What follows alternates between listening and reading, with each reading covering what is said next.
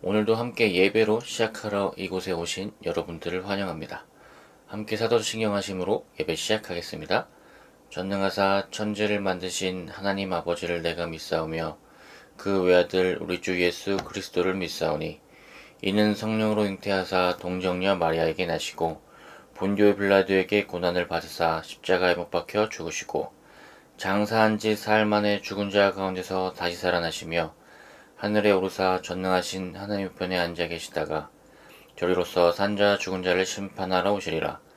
성령을 믿사오며 거룩한 공회와 성도가 서로 교통한 것과 죄를 사하여 주시는 것과 몸이 다시 사는 것과 영원히 사는 것을 믿사옵나이다.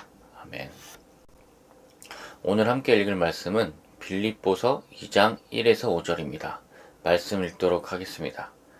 그러므로 그리스도 안에 무슨 권면이나 사랑의 무슨 위로나 성령의 무슨 교제나 긍휼이나 자비가 있거든 마음을 같이하여 같은 사랑을 가지고 뜻을 합하며 한 마음을 품어 아무 일에든지 다툼이나 허영으로만 하지 말고 오직 겸손한 마음으로 각각 자기보다 남을 낮게 여기고 각각 자기 일을 돌볼 뿐더러 또한 각각 다른 사람들의 일을 돌보아 나의 기쁨을 충만하게 하라. 너희 안에 이 마음을 품으라. 곧 그리스도 예수의 마음이니. 5월은 가정의 달입니다. 여러분의 가정 가운데 부흥이 있기를 축복합니다. 오늘 말씀은 우리가 그리스도인이 되어서 교회에서, 가정에서, 사회에서 기억해야 할 중요한 말씀입니다.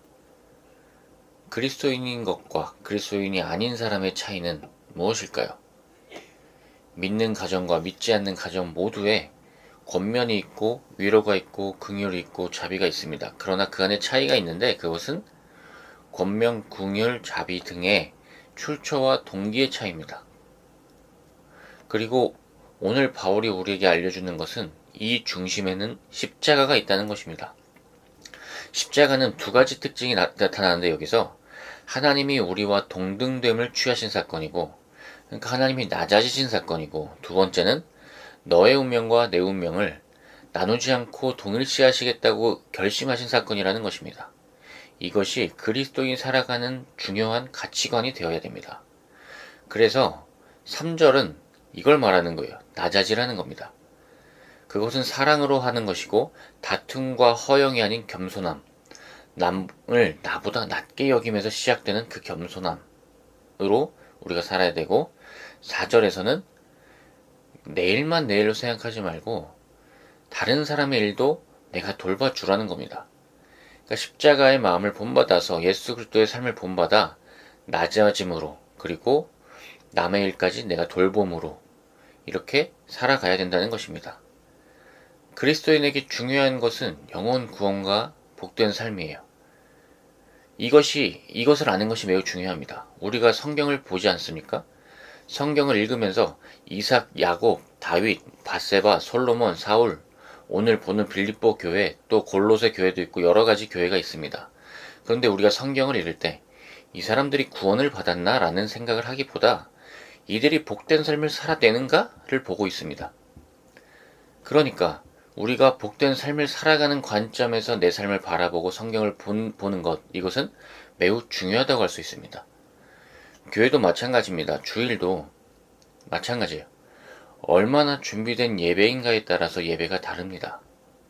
그리고 부활주일 행사도 달라지고 수양회도 달라질 겁니다. 얼마나 고민하냐, 얼마나 이것을 위해서 기도했냐, 얼마나 이것을 위해서 노력을 했는가에 따라서 이 시간의 퀄리티가 달라질 수밖에 없습니다. 그래서 우리가 어떤 자세로 이 시간들을 준비할 것인가가, 그것이 복된 삶을 사는가에 있어서는 매우 중요한 것이죠.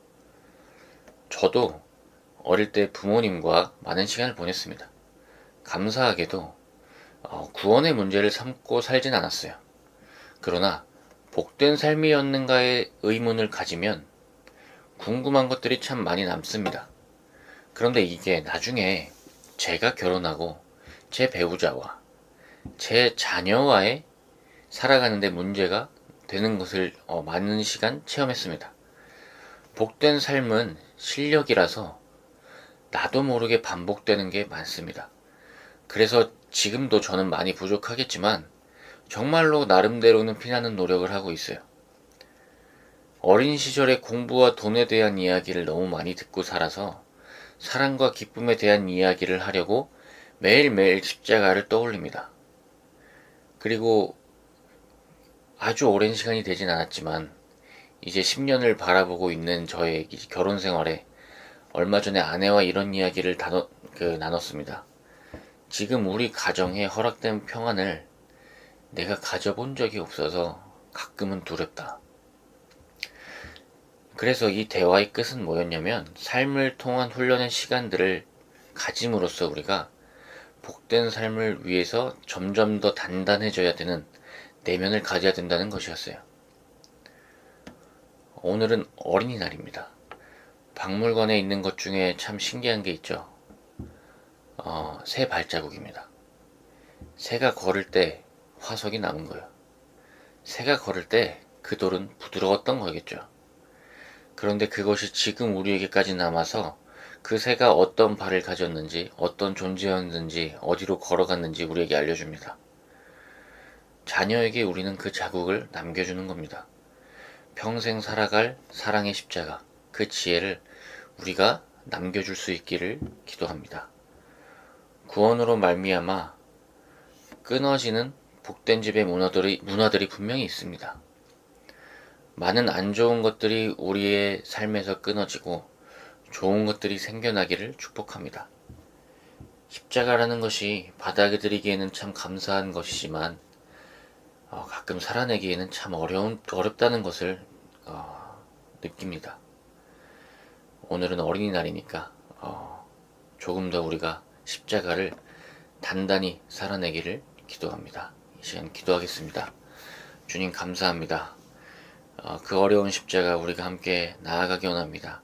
우리 삶을 볼 때 아버지 복된 삶을 내가 살아내고 있는지 보며 하나하나 고쳐나아갈 수 있는 그런 단단한 내면을 우리 가운데 허락하여 주옵소서. 감사합니다. 예수님의 이름으로 기도드립니다. 아멘. 기쁜 어린이날 보내시고요.